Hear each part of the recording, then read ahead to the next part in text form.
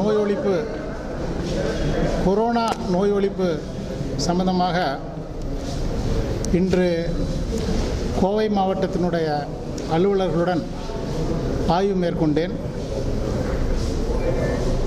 உங்களுக்கெல்லாம் தெரியும், அக்டோபரில் கோவை மாவட்டத்தில் ஒரு நாளைக்கு 500 பாசிட்டிவ் கேஸுக்கு மேலே வர ஆரம்பிச்சிருச்சு. It was a very disturbing trend. And we gave instructions also, and the district administration also worked on a very specific focused strategies.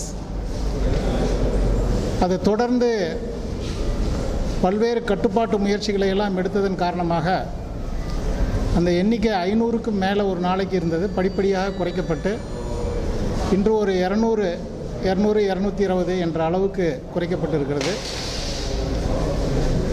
இப்போ ரீசெண்டாக மாண்புமிகு முதலமைச்சர் அவர்கள் மாவட்ட ஆட்சித்தலைவர்களுடைய ஆய்வை எடுத்துக்கொண்டார்கள்.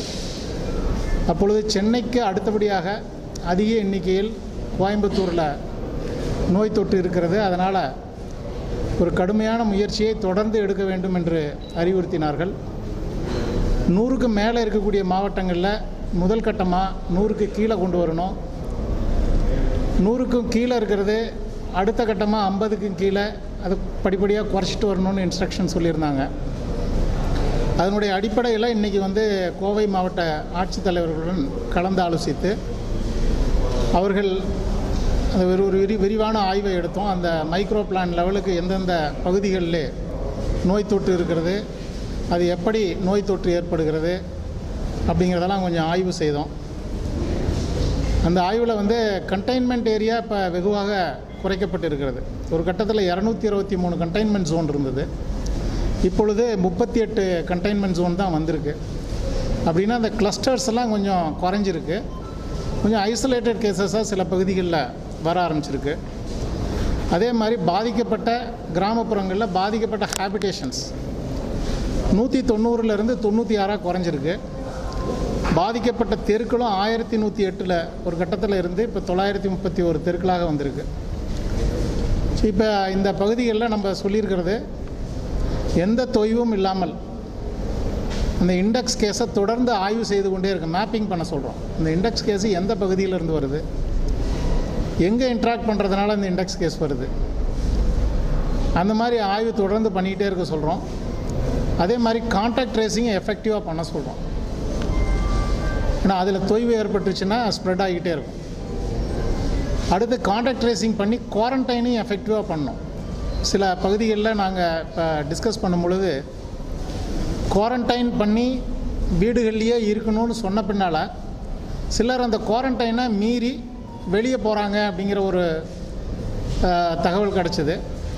அப்போ நம்ம சொல்லியிருக்கிறோம், இந்த மாதிரி யார் குவாரண்டைன் இன்ஸ்ட்ரக்ஷன்ஸை மீறி வெளியே போகிறாங்களோ அவங்கள கம்பல்சரியாக இன்ஸ்டிடியூஷனல் குவாரண்டைனில் கொண்டாந்து வைங்க அப்படின்னு. ஏன்னா இவங்க வெளியே போகும்போது இவங்களால் சில தொற்றுகள் ஏற்படும். ஸோ அதனால் அப்படி ஒரு இன்ஸ்ட்ரக்ஷன் கொடுத்துருக்குறோம். ஸோ இந்த 3 முறையாக தொடர்ந்து இண்டெக்ஸ் கேஸஸ் ஆய்வு பண்ணிக்கிட்டே இருக்கணும், தொடர்ந்து கான்டாக்ட் ட்ரேசிங் எஃபெக்டிவாக பண்ணணும், தொடர்ந்து குவாரண்டைன் சிஸ்டத்தை எஃபெக்டிவாக இம்ப்ளிமெண்ட் பண்ணணும். இதை பண்ணால் தான் நோய் தொற்றினுடைய வேகத்தை கட்டுப்படுத்தி மேலும் குறைக்க முடியும். அந்த இன்ஸ்ட்ரக்ஷன்ஸ் கொடுத்துருக்குறோம். இப்போ நாங்கள் ஆய்வு பண்ணதில் பெரும்பாலும் சிட்டியில்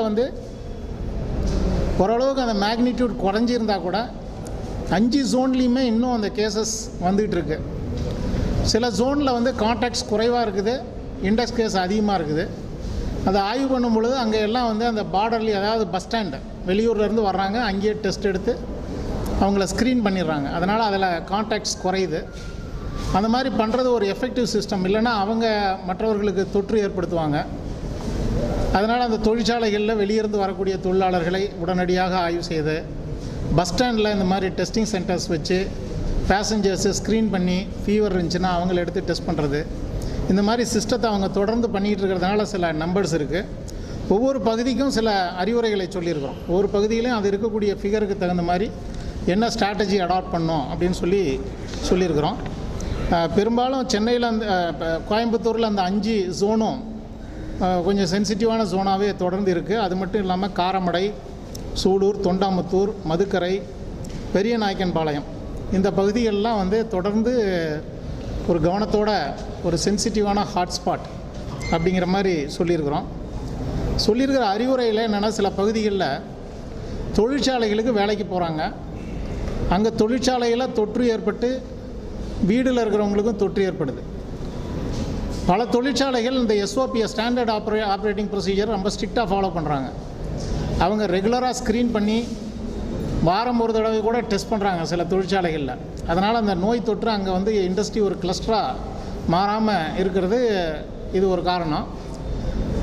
அப்போ அந்த தொழிற்சாலையில் போயிட்டு வர்றதுனால எங்கே தொற்று ஏற்படுதுன்னு சொல்லி அதை மேப் பண்ண சொல்லியிருக்கிறோம். எந்தெந்த தொழிற்சாலைக்கு போனதுனால அவங்களுக்கு இந்த டிசீஸ் தொற்று ஏற்பட்டிருக்குங்கிறத கண்டுபிடிச்சி அந்த தொழிற்சாலைகளில் இந்த ஸ்டாண்டர்ட் ஆப்ரேட்டிங் ப்ரொசீஜரை முறையாக பின்பற்றுறாங்களாங்கிறத கவனமாக பாருங்கள் அப்படின்னு இருக்கிறோம்.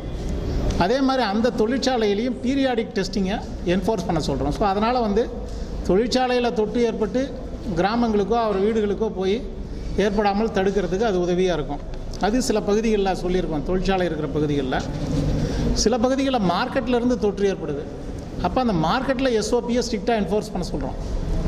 அங்கே முகக்கவசம் அணியணும், சோசியல் டிஸ்டன்ஸ் மெயின்டைன் பண்ணணும், ஹேண்ட் வாஷ் பண்ணணும். அங்கேயும் டெய்லி ஸ்க்ரீனிங் பண்ணணும். தெர்மல் ஸ்கேனிங் வச்சு ஸ்க்ரீன் பண்ணி ஃபீவர் யாராவது இருந்தாங்கன்னா அவங்கள ஐசோலேட் பண்ணி டெஸ்டிங்க்கும் ட்ரீட்மெண்ட்டுக்கும் எடுக்கணும். ஸோ அதனால் அதை தீவிரப்படுத்துங்க அப்படின்னு சொல்லியிருக்கிறோம். சில ஜோன்ஸில் இந்த மாதிரி மார்க்கெட் இருக்கிறதுனால சில பஞ்சாயத்து யூனியன் பகுதிகளில் இந்த மார்க்கெட்டுனால தொற்று ஏற்பட்டிருக்குங்கிறத ஒரு விவரம் தெரிஞ்சது. அங்கே அந்த மாதிரி பண்ண சொல்லியிருக்கிறோம். சில இடங்களில் ஷாப்பிங்னாலே வருது. இப்போ ஜுவல்லரி ஷாப்பிங், ஏன்னா இது எல்லாம் வந்து இந்த ஷாப்பிங்கில் வரக்கூடியது சூப்பர் ஸ்ப்ரெடர் அப்படிங்கிற ஒரு கேட்டகரிக்கு போகும். ஏன் அப்படின்னா, ஒருத்தருக்கு தொற்று ஏற்பட்டால் இந்த கடையில் வேலை செய்கிறவங்க 2-3 பேருக்கு ஏற்படும். அப்புறம் கடைக்கு யார் வர்றாங்களோ அவங்களுக்கு எல்லாத்துக்குமே ஏற்படும். ஸோ அவங்க ஒரு சூப்பர் ஸ்ப்ரெடர் கேட்டகரிங்கிறதுனால அதை ரொம்ப ரொம்ப கவனமாக கையாளணும்னு சொல்லியிருக்கிறோம். அந்த ஸ்டேக் ஹோல்டர்ஸ் மீட்டிங்கை போட்டு அந்த கடைக்காரர்களுக்கெல்லாம் அதை அறிவுறுத்துங்க, அவங்களுக்கு அவேர்னஸ் க்ரியேட் பண்ணுங்க. ஏன்னா அவங்களுடைய பொறுப்பு அது. வேலைக்கு வரக்கூடியவங்க ஏதாவது ஃபீவர் இருக்கா, அவங்களுக்கு அந்த சிம்டம்ஸ் இருக்கான்னு பார்த்து தான் அவங்கள அனுமதிக்கணும். ஸோ அதை வந்து ஸ்ட்ரிக்டாக பண்ண சொல்லியிருக்கிறோம். அப்புறம் அதே மாதிரி டெய்லி மூவ்மெண்ட் இருக்கிற பகுதி, சில கிராம பகுதிகளெலாம் வந்து நகரத்தை ஒட்டி இருக்கிற பகுதிகளில் தான் டிசீஸ் அதிகமாக இருக்குது. ஸோ அதனால் அந்த டெய்லி மூவ்மெண்ட்டை மேப் பண்ண சொல்கிறோம். இப்போ யாருக்கெல்லாம் பாசிட்டிவ் அங்கே வந்திருக்கோ அவங்கெல்லாம் டவுனுக்கு எங்கெங்கே போயிட்டு வந்தாங்க அப்படிங்கிறத டெய்லி மானிட்டர் பண்ணிக்கிட்டே வாங்க. அப்போ தான் நம்ம எங்கே ஹாட்ஸ்பாட் உருவாகுது, டவுனுக்குள்ளார எங்கே ஹாட்ஸ்பாட் இருக்குது, எங்கேருந்து டிசீஸ் ஸ்ப்ரெட் ஆகுது அப்படிங்கிறத நம்ம தெரிஞ்சிக்க முடியும். அப்போ அந்த சோர்ஸில் நம்ம வந்து அதை கிளாம்ப் பண்ணோம்னா தான் ஸ்ப்ரெட்டை கண்ட்ரோல் பண்ண முடியும். இல்லைனா அதே நம்பர்லேயே தான் இருக்கும். பஸ் ஸ்டாண்ட்லேயும் இன்டென்சிஃபை பண்ண சொல்லியிருக்கிறோம். இன்னொரு விஷயம் என்னென்னாக்கா, இந்த ப்ரைவேட் லேப்ஸில் பாசிட்டிவிட்டி ரேட் அதிகமாக இருக்குது. இன்றைக்கி ஸ்டேட்டில் வந்து பாசிட்டிவிட்டி ரேட்டு 3% வந்துருச்சு. இது ஒரு நல்ல அறிகுறி தான். ஆனால் இன்னும் சென்னை, கோயம்புத்தூர் அண்டு சேலம், இந்த ஒரு 2-3 மாவட்டங்களில் மட்டும் 5%க்கு மேலே இருக்குது பாசிட்டிவிட்டி ரேட். அப்போ இன்னும் இங்கே டெஸ்டிங்கை தீவிரப்படுத்த வேண்டியிருக்கு. அதுவும் குறிப்பாக இந்த ப்ரைவேட் லேப்ஸ்லேயும் கவர்மெண்ட் லேபில் வரக்கூடிய அவுட் பேஷண்ட்ஸும் பாசிட்டிவிட்டி ரேட்டு ஹையாக இருக்குது. அதனால் நம்ம அந்த பகுதிகளில் அந்த பாசிட்டிவ் கேசஸை மேப் பண்ண சொல்கிறோம். எந்த லொக்கேஷன்லேருந்து அவங்க வராங்க அப்படின்னு சொல்லி மேப் பண்ணி அந்த பகுதிகளில் ஃபீவர் கேம்ப் நடத்துங்க. ஏன்னா இந்த ஸ்ட்ராட்டஜி நம்ம ஏற்கனவே அடாப்ட் பண்ண ஸ்ட்ராட்டஜி தான். ஏன்னா இது ஒரு ப்ரீஎம்ப்டிவ் ஸ்ட்ராட்டஜி. அங்கே போய் ஃபீவர் கேம்ப் நடத்தணும், அவேர்னஸ் க்ரியேட் பண்ணணும். ஸோ தட் ஏர்லி ஸ்டேஜ்லேயே அவங்கள டிடெக்ட் பண்ணலாம். ஏன்னா இவங்க எல்லாம் சிம்டம் ஆன பின்னால் 2 நாள் 3 நாள் கழித்து வர்றாங்க. டிசீஸினுடைய தீவிரம் இன்னும் குறையல. மக்கள் புரிஞ்சுக்கணும், கொரோனா இன்னும் தீவிரமானது. நம்ம ஒரு அமைச்சரையை கூட இழந்திருக்கிறோம். காலதாமதமாகி ஹாஸ்பிட்டலுக்கு வர்றதுனால ஏற்படக்கூடிய ஒரு பெரிய ஒரு பிரச்சனை இது. ஸோ அதனால் இந்த டிசீஸை பொறுத்த வரைக்கும் ஆரம்ப கட்டத்திலேயே கண்டுபிடிச்சி உடனே நம்ம ட்ரீட்மெண்ட் எடுத்தோம்னா உயிரை காப்பாற்ற முடியும். அதனால் நம்ம என்ன செய்கிறோம், இங்கே யாரெல்லாம் அந்த ஹை பாசிட்டிவிட்டி ரேட் இருக்கிற பகுதிகளை கண்டுபிடிச்சி அங்கே போய் கேம்பெயின் பண்ணி, ஃபீவர் கேம்ப்பு, அவேர்னஸ் கேம்பெயின் பண்ணி ஏர்லி டிடெக்ஷன் பண்ணணும் அப்படின்னு சொன்னால் அங்கே அந்த ஏரியா கொஞ்சம் க்ளீனப் ஆகும். அப்போ நம்ம அந்த பகுதிகளினுடைய பாசிட்டிவிட்டி ரேட்டும் குறையும், டிசீஸ் இன்சிடெண்ட்டும் குறையும். அதை நம்ம செய்ய சொல்லியிருக்கிறோம். அதே மாதிரி டெத் ரேட்டு கோயம்புத்தூர் பொறுத்த வரைக்கும் 1.27 இருக்குது. இப்போ இந்த லாஸ்ட் ஃபியூ டேஸில் டெத் இல்லைன்னாங்க, இன்றைக்கி 1-2 அந்த மாதிரி இருக்குது. பட் அதை நீல் பண்ணணும்னு சொல்லியிருக்கிறோம். நம்ம டீன்கிட்ட இன்னும் கொஞ்சம் உங்களுடைய கிளினிக்கல் ப்ரொசீஜர்ஸ் எல்லாம் ஸ்டெப் அப் பண்ணி அந்த டெத்தே இல்லாத அளவுக்கு என்ன பண்ணணுமோ அந்த முயற்சிகளை எடுங்க அப்படின்னு சொல்லியிருக்கிறோம். நம்மளுடைய நோக்கம் அந்த டெத் ரேட்டையும் 1% கீழே கொண்டு வரணும் அப்படிங்கிறது தான். இப்போ ஜென்ரலாக என்ன சொல்லியிருக்கிறோம் அப்படின்னா, கோயம்புத்தூரை பொறுத்த வரைக்கும் ஸ்டாட்டிக்காக அந்த ஒரு 200-220 ஒரு 10 நாளாக போயிட்டுருக்கு. அது என்னத்தை காட்டுதுன்னா, நம்மக்கிட்ட இன்னும் கொஞ்சம் அக்ரெசிவ்னஸ் தேவைப்படுது. நம்மளுடைய டெஸ்ட்லேயும் அந்த டிசீஸ் கண்ட்ரோல் எஃபர்ட்ஸ்லேயும் இன்னும் கொஞ்சம் அக்ரெசிவ்னஸ் வேணும் அப்படிங்கிற மாதிரி தான் அதனுடைய இண்டிகேஷன். அதை சொல்லியிருக்கிறான். அதனால் இப்போ ஒரு 4400 4300 டெஸ்ட் பண்ணிக்கிட்டு இருந்ததை 5000 சொல்கிறோம். 5000 பர் டே டெஸ்ட் பண்ணாங்க அப்படின்னு சொன்னால் பாசிட்டிவிட்டி ரேட்டு 5% இருக்கிறது 3%க்கும் கொண்டு வர முடியும். ரெண்டாவது ஏர்லி டிடெக்ஷனும் நம்ம பண்ணிடலாம். இந்த டெஸ்ட்டும் ஃபோக்கஸ்டு டெஸ்டிங்காக பண்ண சொல்கிறோம். எங்கே டிசீஸ் ஸ்ப்ரெட் இருக்கோ அந்த பகுதியில் டெஸ்ட் எடுக்க சொல்கிறோம். எல்லா இடத்துலையும் இல்லை, எந்த பகுதி அஃபெக்ட் ஆகிருக்கோ அங்கே கொஞ்சம் ஸ்டெப்அப் பண்ணி எடுக்க சொல்லியிருக்கிறோம். அப்புறம் அடுத்தது ஃபெஸ்டிவல் வந்துகிட்ருக்கு. தசரா வந்தது, அடுத்தது தீபாவளி வருது. இது எங்களுக்கு எல்லாத்துக்குமே ஒரு பெரிய ஒரி தான். ஏன் அப்படின்னா, நம்ம இவ்வளவு அறிவுரைகள் இவ்வளவு இன்ஸ்ட்ரக்ஷன்ஸ் எல்லாம் கொடுக்குறோம். பொதுமக்கள் இன்னும் முகக்கவசம் இல்லாமையே ஃப்ரீயாக போயிட்டு வந்துட்டுருக்குறாங்க. ஆக்சுவலாக மக்கள் முகக்கவசத்தை முறையாக பயன்படுத்தினாங்கனாவே 30-40% டிசீஸ் ஸ்ப்ரெட்டை நம்ம குறைச்சிக்க முடியும். ஆனால் கொஞ்சம் கேஷுவல்னஸ் அதிகமாக இருக்குது. போலீஸை இன்டென்சிஃபை பண்ண சொல்கிறோம். இந்த அனௌன்ஸ்மெண்ட்டு, இந்த அவேர்னஸ்ஸு, இதெல்லாம் இந்த மார்க்கெட் பிளேசஸ்லாம் கொஞ்சம் ஸ்டெப்அப் பண்ணுங்கள் ஃபெஸ்டிவல் டைமில் அப்படின்னு சொல்லியிருக்கிறோம். இது எல்லாம் நம்ம இருக்கக்கூடிய சூழ்நிலைகள்லாம் பார்க்கும் பொழுது கொஞ்சம் நமக்கு அச்சமாக இருந்தாலும் கூட நம்மளால் ஆன முயற்சியை தொடர்ந்து எடுத்துகிட்டு இருக்கிறோம். அதனால் நம்ம இந்த social distancing, face cover usage, face mask use பண்ணுறது, இதையெல்லாம் தொடர்ந்து என்ஃபோர்ஸ் பண்ண சொல்கிறோம். இப்போ சட்டம் இருக்குது, அதனால் அதை தீவிரமாக என்ஃபோர்ஸ் பண்ணி இந்த ஃபெஸ்டிவல் சீசனில் நம்ம அதை எஃபெக்டிவாக பண்ணோம்னா டிசீஸ் ஸ்ப்ரெட்டை நம்மளால் கண்ட்ரோல் பண்ண முடியும். நம்ம இந்த அடுத்த ஒரு 20 நாள் ரொம்ப ஒரு முக்கியமான ஒரு காலகட்டம். இந்த காலகட்டத்தில் நம்ம டிசீஸ் ஸ்ப்ரெட்டை கண்ட்ரோல் பண்ணி கோயம்புத்தூரில் கொண்டு வந்துடுவாங்கங்கிற ஒரு நம்பிக்கை இருக்குது. எல்லா அதிகாரிகளும் தீவிரமாக செயல்பட்டு வருகிறார்கள். We are very happy. The district administration has done a wonderful job and they have done a very concerted efforts, the best teamwork they have put forth, and they have brought down the numbers, and I am sure that the rest of the days also they will be in high. அதாவது லாக்டவுனுங்கிறது ஒரு surgery மாதிரி. அந்த initial ஸ்டேஜஸில் நம்ம டிசீஸை பற்றி நமக்கு ஒன்றும் தெரியாது. அது எப்படி சிம்டம் இருக்குதுன்னு கூட தெரியாது. அதுக்கு என்ன ட்ரீட்மெண்ட் கொடுக்குறோன்னு கூட தெரியாது. நமக்கு ப்ரோட்டோக்கால் ஒன்றும் ஃபிக்ஸ் ஆகலை. பயங்கர வேகத்தில் அது ஸ்ப்ரெட் ஆனது. இப்போ உதாரணத்துக்கு அப்போயெல்லாம் ஒரு ஆளுக்கு வந்ததுன்னா அடுத்து 4-5 ஆளுக்கு வந்துடும். வீட்டில் ஒரு ஆளுக்கு வீட்டில் இருக்கிறவங்க எல்லாத்துக்குமே வந்துடும்.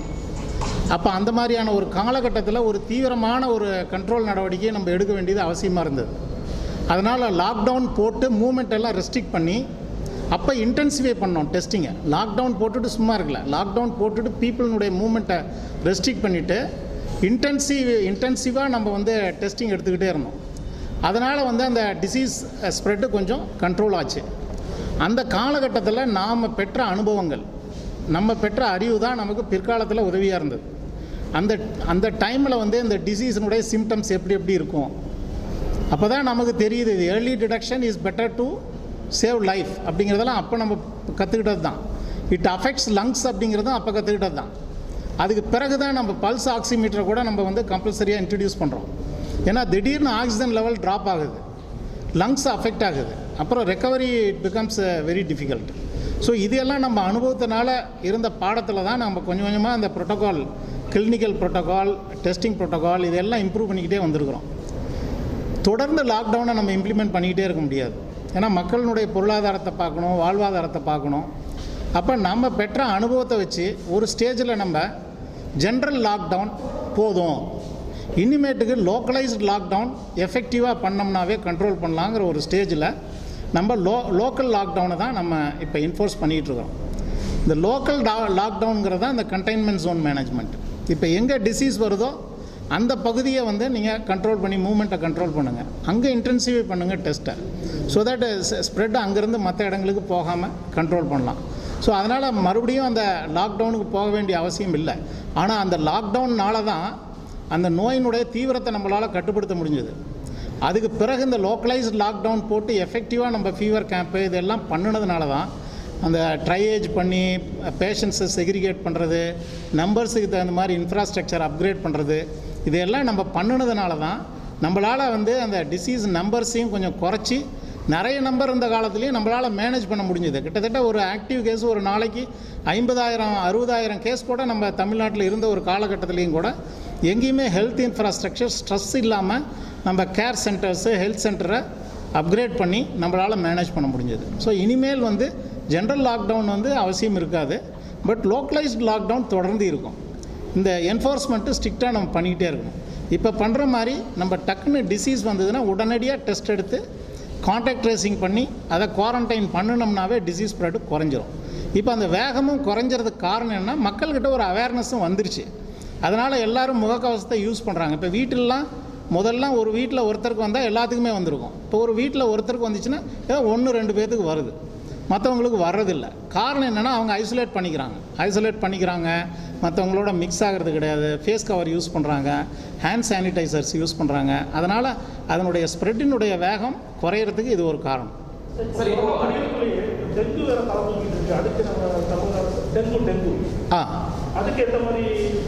டெங்குவும் நம்ம இன்ஸ்ட்ரக்ஷன் கொடுத்துக்கிட்டே இருக்கோம். டெங்குவை பொறுத்த வரைக்கும் உங்களுக்கு மஸ்கிட்டோ வாட்டர் ஸ்டாக்னேஷன் இருக்கக்கூடாது. அது யூஸ்வல் ப்ரோட்டோகால் இருக்குது. நம்ம இந்த கோவிட் கூடவே அதுவும் ஹெல்த் டிபார்ட்மெண்ட் இன்ஸ்ட்ரக்ஷன் கொடுத்துட்டு அது எல்லாம் முனிசிபாலிட்டிஸு, டவுன் பஞ்சாயத்து, லோக்கல் பாடிஸ் எல்லாமே அதையும் கொஞ்சம் அப்பப்போ க்ளீன் பண்ணிகிட்டு இருக்கிறாங்க. மெயினாக அந்த குப்பைங்க, த்ராஷு அது இதெல்லாம் இருந்து அதில் வாட்டர் ஸ்டாக்னேஷன் ஆகக்கூடாது. அதே மாதிரி மக்களுக்கும் அவேர்னஸ் இருக்கும். வீட்டில் பழைய பாத்திரங்கள் அது இதெல்லாம் 4 நாள் 5 நாள் தண்ணியெல்லாம் வச்சுருந்தாங்கன்னா அதில் அந்த டெங்கு மஸ்கிட்டோ வரும். அதனால் அதை நம்ம அந்த அவேர்னஸை நம்ம தொடர்ந்து பண்ணிகிட்டு இருக்கிறாங்க. ரெண்டுமே தான் இப்போ மான்சூன் ரிலேட்டட் டிசீஸஸையும் டேக்கிள் பண்ணுறோம், கோவிடையும் சேர்த்து டேக்கிள் பண்ணுறோம்.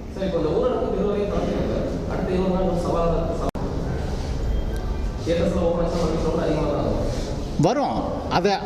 அதனால தான் ஒவ்வொரு it is like a pressure cooker. கொஞ்சம் கொஞ்சமாக தான் நம்ம ரிலீஸ் பண்ணணும். இப்போ நம்ம வாட்ச் பண்ணிகிட்டு இருக்கிறோம், டிசீஸ் ட்ரெண்டு எப்படி போயிட்டுருக்குன்னு வாட்ச் பண்ணிகிட்டு இருக்கிறோம். இது அன்ஃபார்ச்சுனேட்லி நம்ம அந்த ஃபெஸ்டிவல் சீசனும் வர்றதுனால ஸ்பைக் ஆகாமல் இருக்குதான்னு பார்க்கணும்.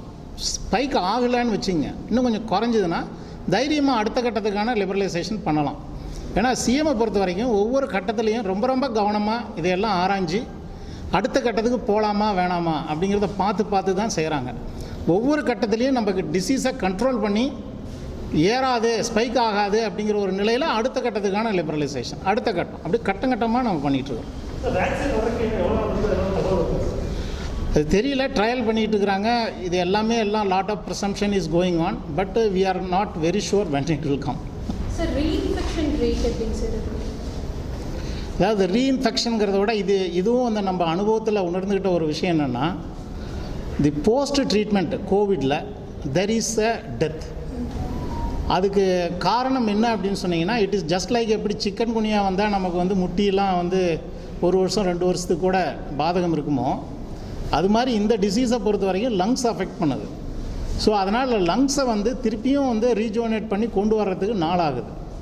ஸோ குயிக்காக நம்ம 1 வாரத்துலேயே இது சரியாயிடுச்சு அப்படின்னு நினச்சி நெகட்டிவாக கூட டெஸ்ட் நெகட்டிவாக இருக்கலாம். ஆனால் அதுக்கு பிறகும் அவங்க கேர் எடுத்துக்கணும், அந்த விட்டமின் கேர் எடுத்துக்கணும். அந்த ப்ரீத்திங் நம்ம இப்போ யோகாலாம் சொல்கிறோம், அந்த நேச்சுரோபதி இதில் பிராணாயாமம் பயிற்சியெல்லாம் பண்ணும். அப்போ டீப் ப்ரீத்திங்லாம் பண்ணும் பொழுது நமக்கு நுரையீரல் மறுபடியும் நல்லா ஆக்டிவேட் ஆகி ஃபுல் ஃபங்க்ஷனிங்க்கு வரும். ஸோ அதனால் இப்போ சில ஹாஸ்பிட்டலில் நம்ம போஸ்ட் கேர் சென்டர்ஸும் ஓப்பன் பண்ணியிருக்காங்க. ஏதாவது காம்ப்ளிகேஷன்ஸு ட்ரீட்மெண்ட் எடுத்துகிட்டு போயிட்டு அவங்களுக்கு காம்ப்ளிகேஷன் வந்ததுன்னா டக்குன்னு அவங்க ட்ரீட்மெண்ட் எடுக்கிறதுக்கு நம்ம சில ஹாஸ்பிட்டலில் பண்ணியிருக்கிறோம். பட் ஜென்ரலாகவே பேஷண்ட்ஸ் ஆர் அட்வைஸ்டு தட் நீங்கள் நெகட்டிவ் வந்துட்டதுனால ஃபுல்லாக ரெக்கவர் ஆகிட்டுன்னு நினைக்காதீங்க. You have to take care for another 1 month or 2 months. Your body will be strained and you have to take a good nutritious food and vitamin C and zinc tablets. So in the instructions la nam koduthutu. Sir, the serum surveillance type the result if you antibody அது நம்ம ஒரு test பண்ணணும். அதில் நம்ம சென்னை இந்த மாதிரி 1-2 இடத்துல நம்ம எடுத்ததில் ஒரு 30% வரைக்கும் இருக்கும் அப்படிங்கிறத சொல்லியிருக்கிறாங்க. பட் ஜென்ரலாக இது என்ன ஹெர்டு இம்யூனிட்டின்னு அவங்க சொல்லக்கூடியதுக்கு 50% கிராஸ் ஆகணும். அப்போ தான் அந்த ஹெர்டு இம்யூனிட்டிக்கு மீனிங்ஃபுல்லாக இருக்கும். 50 to 60% வரணும்.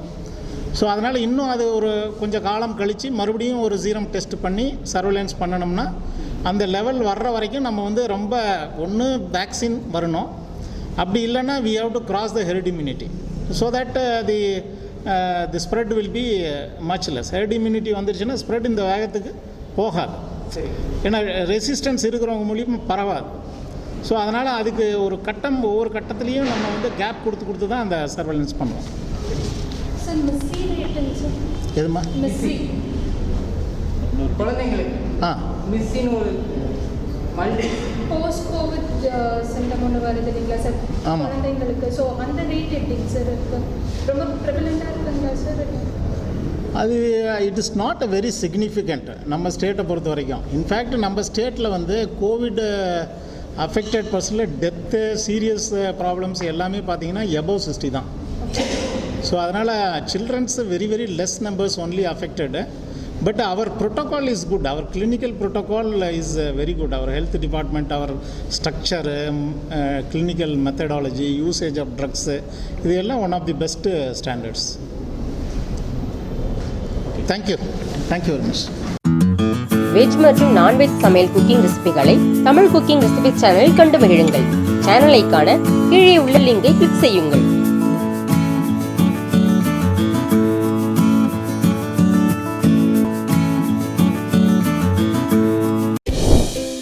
தொடர்ந்து இது போல வீடியோஸ் பார்க்குறதுக்கு கீழே இருக்க சப்ஸ்கிரைப் பட்டனை கிளிக் பண்ணுங்கள்.